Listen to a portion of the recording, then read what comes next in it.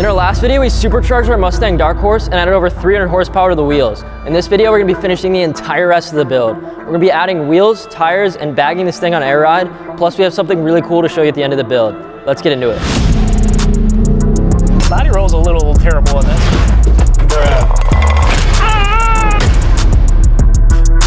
We don't need this anymore. Oh my God. Bang that out with a hammer. I'm done. This ain't happening. So fucking stupid. I hate new cars. What are you talking? Holy. Look at this thing! Oh my goodness! So before I put this thing on the lift to get the suspension, wheels, everything done on this, let's take this thing for a test drive, see what the handling is like when it's stock. Bruh.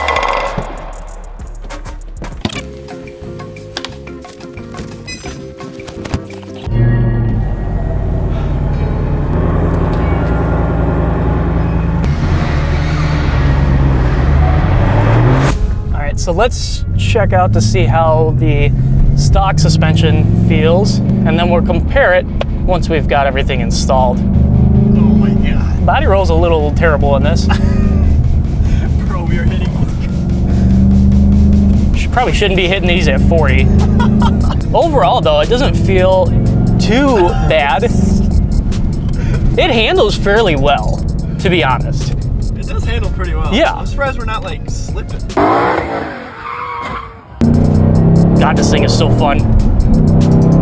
If I haven't expressed this enough to you guys in the last video, if you have $10,000, just pull the trigger. 300 horsepower gain is nuts.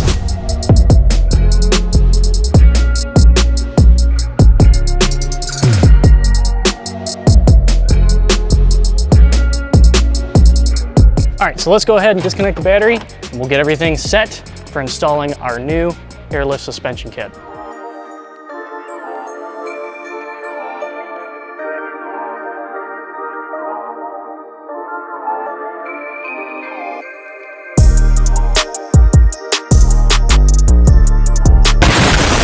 That's Ford, it's normal. So we got the car up in the air, we got the wheels off. Let's go ahead and start tearing everything apart here. I'm gonna start on the rear because that seems like it's gonna be the worst one. Looks like I can't drop the spring saddles down like you would on a normal car. I'm gonna have to drop the entire subframe on the back, one side at a time. I don't think I have to drop the entire thing to be able to sneak this spring out and sneak in the airbag assembly. Now this does have electronic suspension on it, which is really cool, and that automatically adjusts how stiff your suspension is. And unfortunately, we do have to have this piece here mount. I'll just call it a shock mount. There's a nut right here I gotta take off. I don't think I'm gonna be able to sneak it past there, so I was gonna try to see if I could sell these on eBay, but that's not gonna happen. So, just gonna cut the wire and call it a day.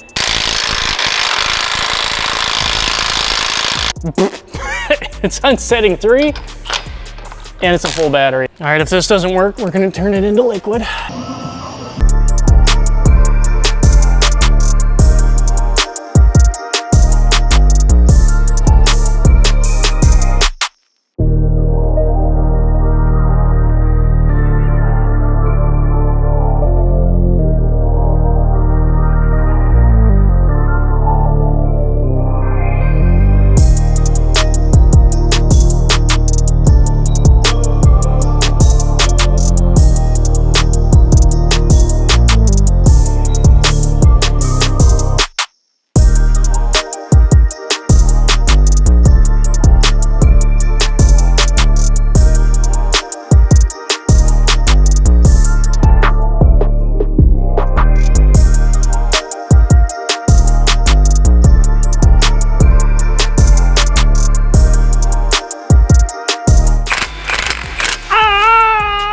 Just kidding. Got it! Needless to say, the rear takes a bit of work to do, but I think the front's super easy. You're gonna put a little dab of Loctite on. 2 shots of vodka.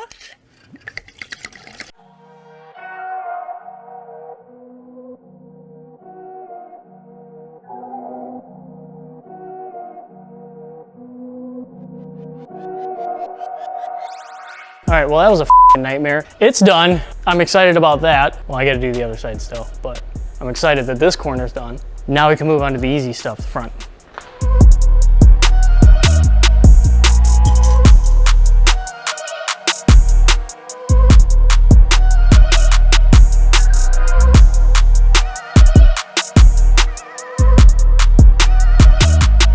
Okay, so now that that one's out, I'm gonna go ahead and wash my grubby little grabbers here before I start handling the new merchandise. Clean yourself up. So if I remember correctly, I believe that these are adjusted from airlift to be exact ride height that, like say if it's aired out all the way, it's supposed to fit nice and flush. If it doesn't, we'll obviously adjust it, but I think these are adjusted properly from Airlift's factory. Dude, I don't know what it is. At this weekend, I was also really tired, especially after doing that rear one. I'm going downhill. I'm getting tired. We're almost done. Austin. We got a whole nother side, man. We still have to wire everything up. I haven't ran lines or anything. I just want to take a nap. Oh, excuse me, sir. All right. I'm gonna be here for a while. Check on me, would you? In like 3 minutes.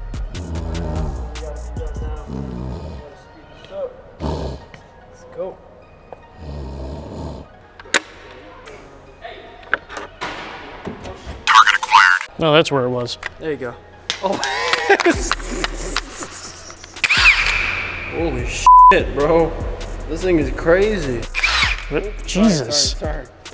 What are you talking? Holy. So the old sway bar links obviously aren't gonna work. So what Airlift does is they include some shorter ones to go with the new struts. So we don't need this anymore.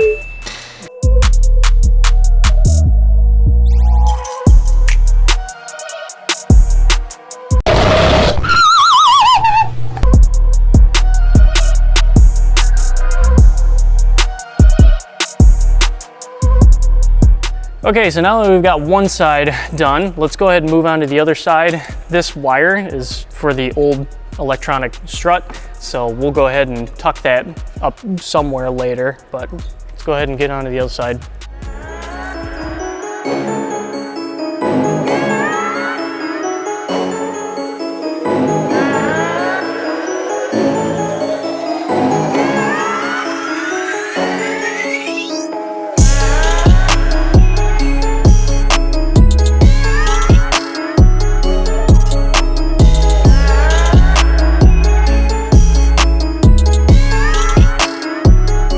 Okay, good. We're finally done with installing all the main components. Let's go ahead and put this thing down on the ground and we'll start mapping out where we want to send our lines to, where we want to set our manifold, relays, tank, all that stuff.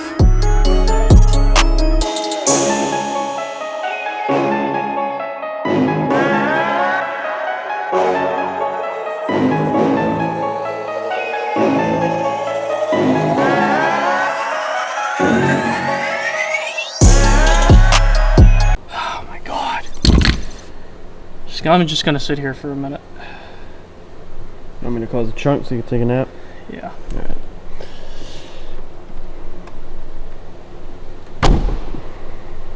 Worst is over. Let's finish this.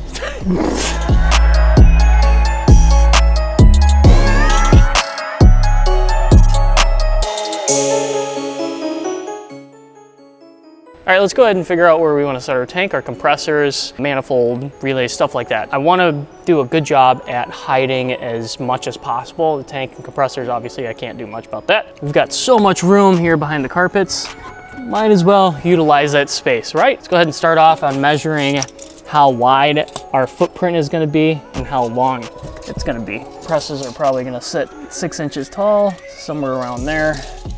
It's probably going to be a foot wide. It's going to be compressor, and then tank. I think the tank is like 26 inches or so. So that'll fit right there. And I'm going to put wood underneath so we can drill through everything and bolt everything down. Okay, so this is essentially what we were going to have set up here. I used some chalk to mark everything out. The wood needs to be a little over 9 inches wide, 25 inches long. So we'll go ahead and cut this. All right, so this giant mess here is actually now organized. You should have seen it before. But this is our relays. because remember, we've got 2 compressors. We've got 2 wiring harnesses put together here, our power and grounds for the compressors. And then we actually also have on this build, we didn't on the NSX, doing something a little different here. We are going to have height sensors. The Dark Horse already has height sensors at every corner, so we might be able to utilize that same space. All the air tubing and both harnesses are taped together here. And this is just, it looks like a rat's nest, but we're gonna feed everything from the back forward, kind of gonna do the same way as the NSX. We're gonna pull body panels up and run it through the floor. All right, well, so now we know what to do here. We're gonna run it all the way up front. Without further ado, let's just jump right into it.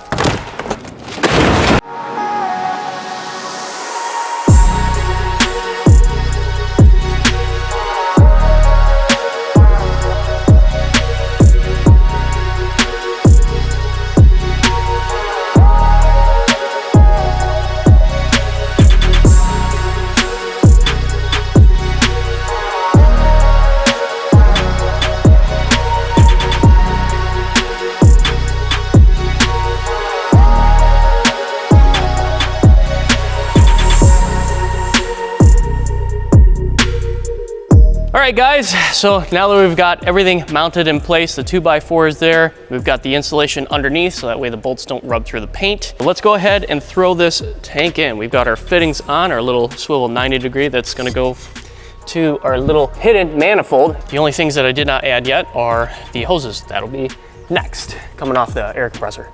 So let's go ahead and see how well this fits here. Besides screwing on the compressor lines to the tank, it's all set up. I think the last thing I'm gonna do before I screw on the lines is probably drill a hole for our tank line that goes to the manifold to go ahead and come through here and plug in right there to that 90-degree. So let's go ahead and do that.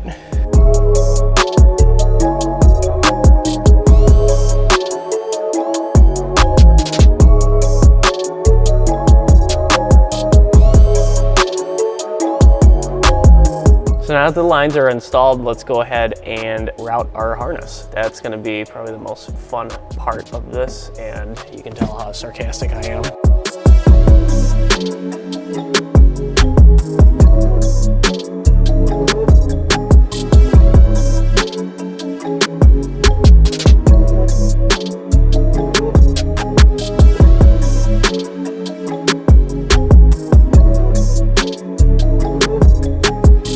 This boot has plenty of room to be able to fit 2 harnesses through it.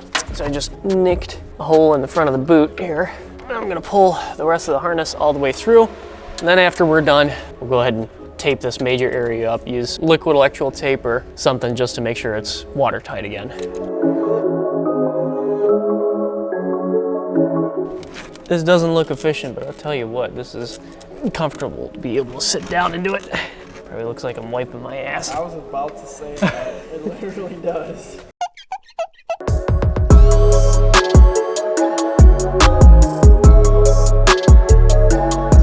All right, so now that we've got the wiring harness pulled through the firewall, let's go ahead and take some of this tape off so we can route the tubing and sensor harnesses where they need to go.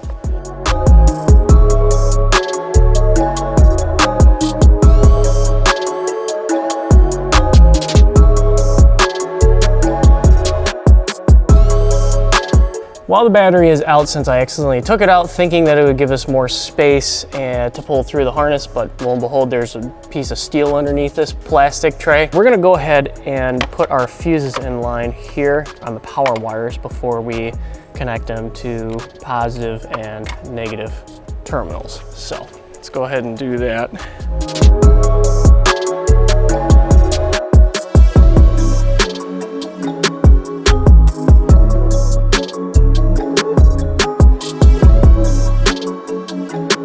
So what I'm gonna do here is, this is gonna be in full mesh loom. I'll separate this. I do wanna tape some of this up here. This is gonna be full electrical tape coming up here, and then this will be mesh loom here. Is gonna get mesh loom too. This is our fuse wire that we're going to find a home for. It's supposed to be, I think, a 3-amp fuse. What I'm probably gonna do is, since I don't see any 3-amp fuses here, and this is probably gonna be a pain in the ass to open up and tie in, like I did with the NSX, probably just gonna run the inline fuse and then tap it in just like how I did on the supercharger pump relay.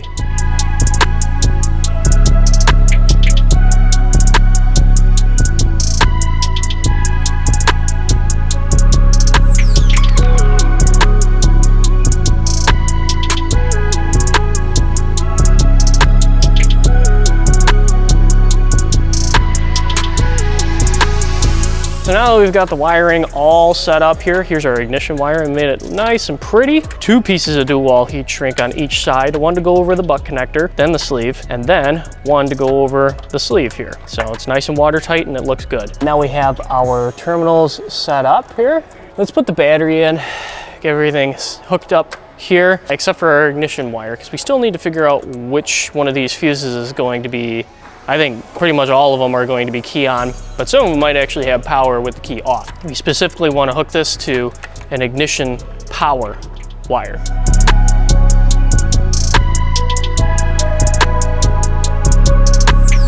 Okay, so now that we've got all this wiring set up here, let's go ahead and make sure we finish tucking everything around here and get these wheel well liners back in.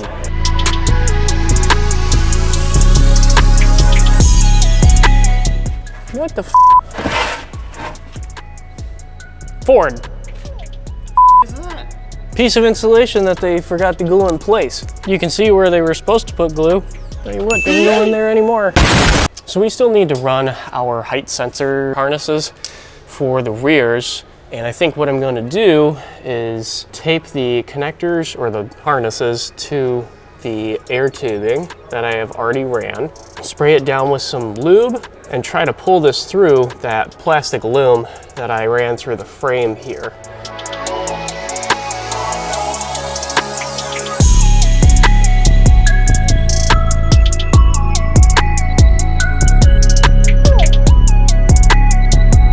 Okay, so now that I've got the harness pulled through, I want to put the tube back through that loom. So, got the harness pulled through a good amount. I'm gonna tape the tube back to the harness and pull it back through the other way.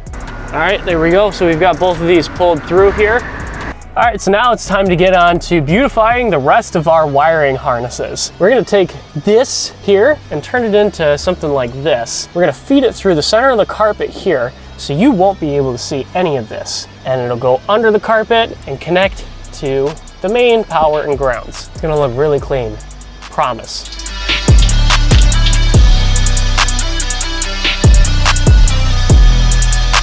Okay, so as you guys can see, our whole package here looks pretty clean, nicely set up. Let's go ahead and shut this. So the whole purpose of this project build was to make sure that we get everything as clean, tidy as possible, and to kind of not be able to tell that there's really anything going on here. So you can't see any of the lines, the manifold, relays, nothing. You can barely see the air compressors. It's very minimalist here. And here's that little air line that feeds all of this. Damn, dude. Talk about being tidy and clean. Nice and clean, baby. OEM from the factory. Better than the factory, come on. All right, so now up next is hooking up our main power here.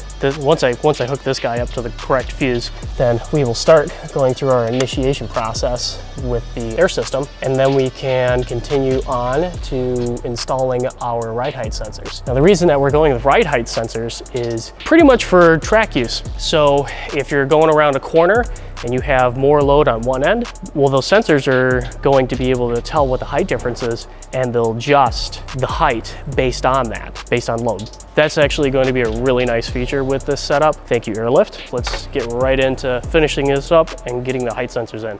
Tighten this bad boy down. Ooh, that's a little sparkly. Don't lay your arm across both terminals at the same time. It's a little tingly. So now what I'm gonna do is figure out what power we're gonna use for key on. So I wanna find something that's not active right now. Ford never puts, for whatever reason, they never put their diagrams on the fuse boxes, so. Thank you, Ford. Thank you. I'm gonna look it up on the Google.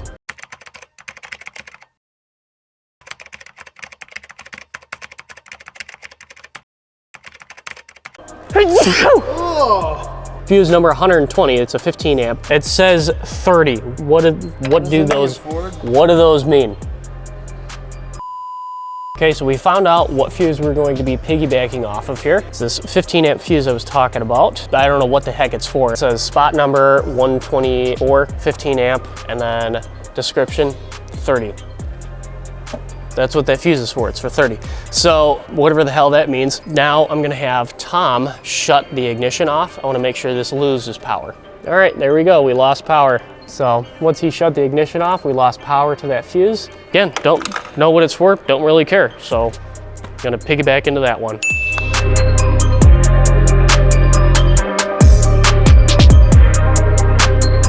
There it is. All right, now we are hooked up. Now we should be able to start our initiation process with those air compressors and get everything ready to start installing those ride height sensors. Okay guys, so here is our ride height sensor kit here.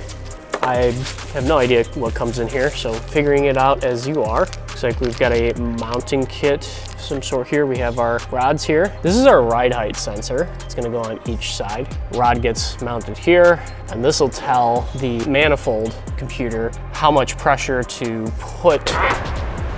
I don't remember putting a whoopee cushion on that chair.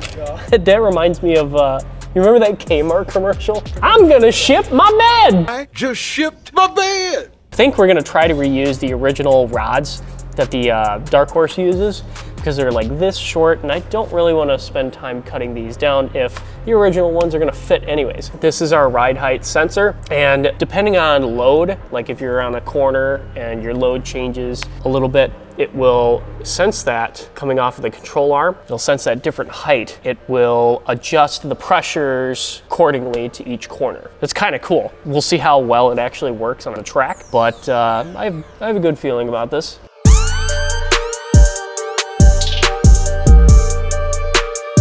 So here's what our plan's going to be with this ride height sensor setup. We have these rods. We're not going to be able to use the original ones because there's not enough suspension travel. So with this setup, we're looking to do more out towards like the very back of the rotor or spindle area to just get our minimum. It has to be like a minimum of 1 3/16 inches to be able to even make it to this one. It is what it is. We're gonna put our sensor actually here. It's kind of crooked, but that's why we have heim joints on these. Heim joint setup, you get 15 degrees of angle with each joint, so we'll be able to make it work.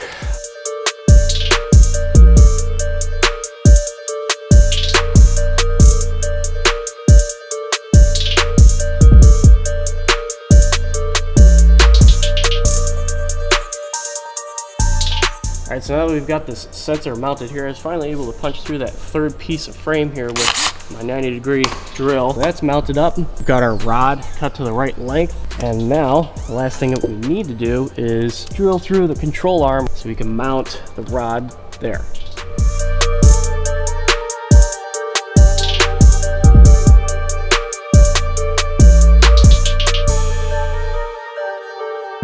Okay, so now we've got everything mounted. Our rod is at the right length to where it's kind of level with the suspension being somewhat under load. Now it's time to cut the sleeve at the right length so we can reinstall it on that rod.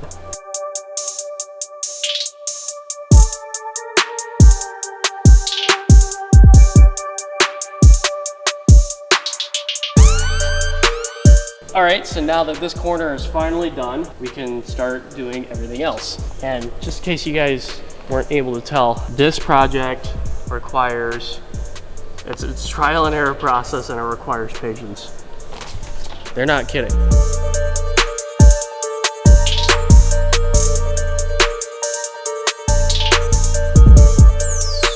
All right, so now we're installing our last and final sensor. It's gonna be the same exact process. We need to find our minimum and our maximum height, subtract the minimum from the maximum, we'll get our mid-length, then we need to jack up to that mid-length to be able to mount the sensor. Boring! Let's get to it. Fun stuff.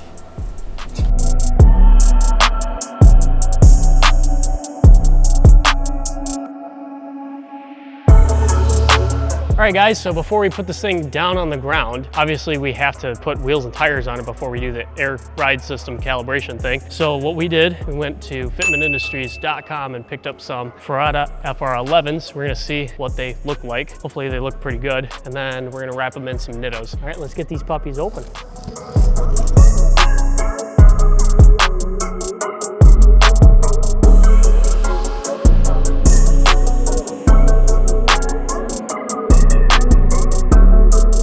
These are gonna look sick.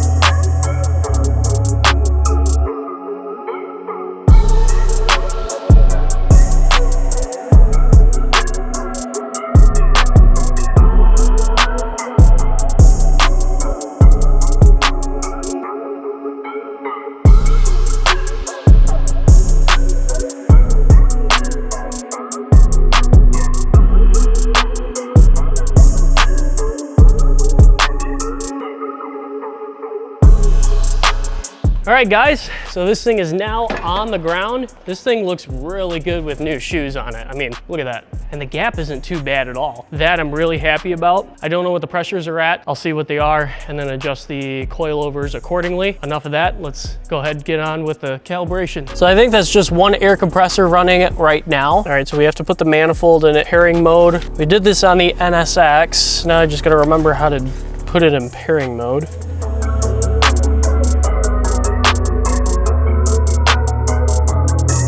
I'm done. This ain't happening. So fucking stupid. I hate new cars. 6 times the charm. Thanks to Ford's bright minds, the car automatically shuts off. Even if you try to hit turn signals or the horn or anything, it assumes you accidentally left it on and walked away from the car, so it automatically shuts off for you. Tomorrow. All right, guys, let's go ahead and get this thing calibrated. I'm gonna have the car running because new cars have a tendency to shut off when you just have the ignition on in order to save the battery. Car's gonna stay on.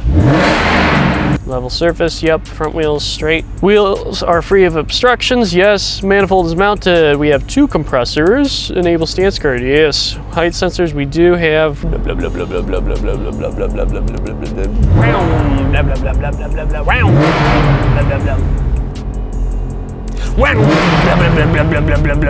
right, so we're gonna have to do things the old-fashioned way. We know that it's supposed to be 28 9/16 on the right rear, 28 1/4 on the right front, 28 1/8 on the left front, and 28 9/16 on the left rear.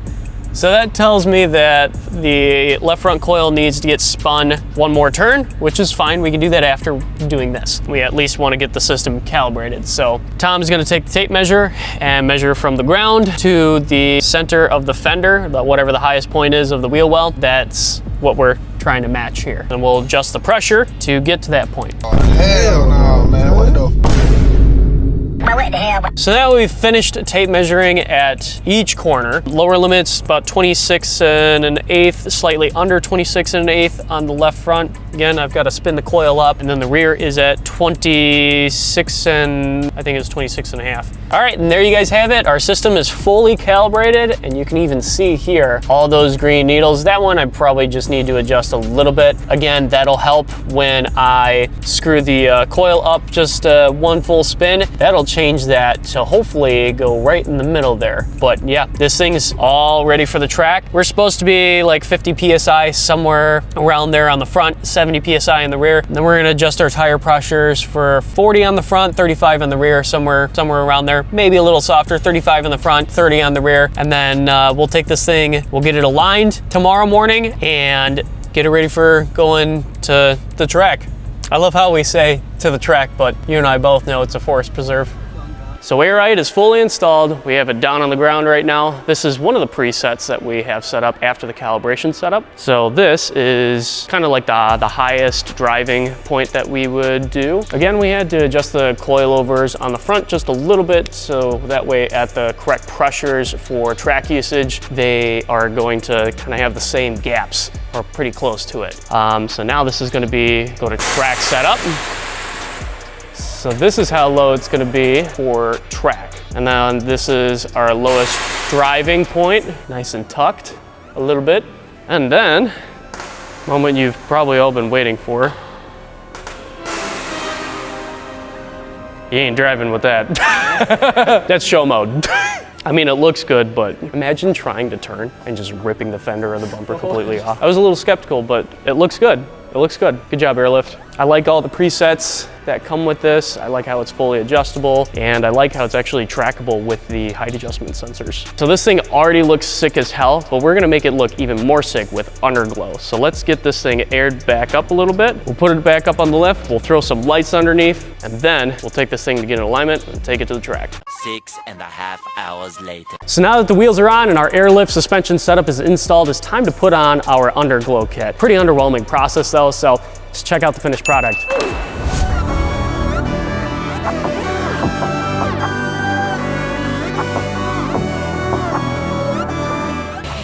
What do I have to deal with every day? What is going on right Children.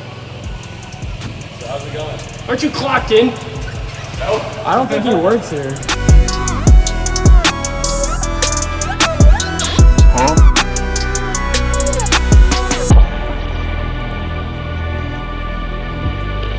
Why is it not working? I'll be honest, I have no idea. Finished product. One way that we can fix this is because you push them together and it works. We can try to solder it or get some like copper glue to repair this. And if it shorts out, then we just go ahead and replace the entire strip.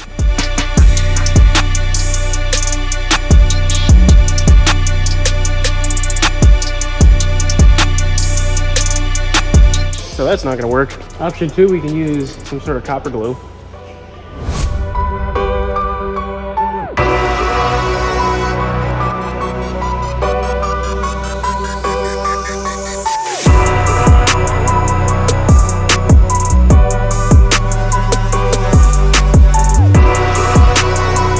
All right guys, our Dark Horse build is finally done. We have our Ferrata FR11s wrapped in the Nittos on. We have our airlift air suspension system finally installed with the height sensors for track usage. The supercharger is also installed. You would know that if you watched the last build video. Without further ado, Andrew is finally back. He was on a long trip in, was it Minnesota? Antarctica, but that's not important. Antarctica, yeah, right. Yeah, I'm excited to see how this thing looks bagged. I've never seen a Dark Horse bagged before, so this will be pretty cool. So this is the stock setup, or our highest setup right now. Let's go ahead and go to track mode. That's track mode. And then this is fully bagged out.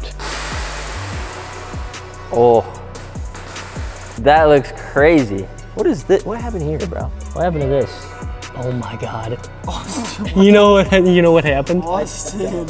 There's a bolt right here. And then when I was tucking the fenders, I think that bolt was too long. Just bang that out with a hammer. Oh my God.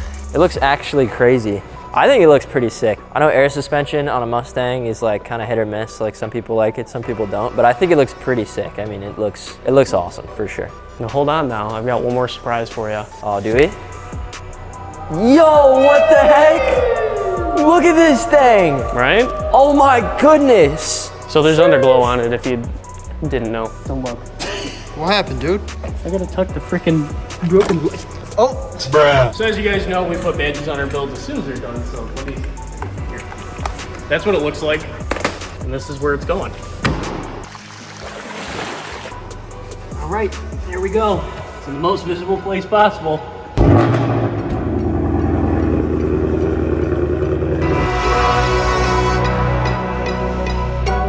So we are heading to the track now. We have our settings set up for track. This is the longest line I've ever had to wait in to get into the track. What is taking so long? All right, we're next in line for the track. We're gonna prep the car, make sure all of our tire pressures are good. Yeah, I forgot to mention that. Track is closed today. There's a public event going on, so we aren't able to use it. We're using the local forest preserve instead. Oh my God.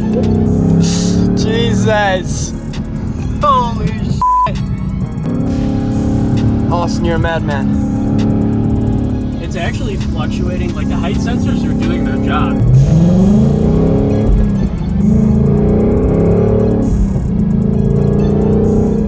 Yeah, the height sensors are doing their job. We're not finding crowds. That's good. Not going off the track. Is me or did it get really f***ing hot in here? Oh, is the AC on? For some reason, when we did the flash, you turn the AC on and it blasts the heat. Something happened. I don't know what it is. So this car handles pretty good. The height sensors work, they do their job for the most part.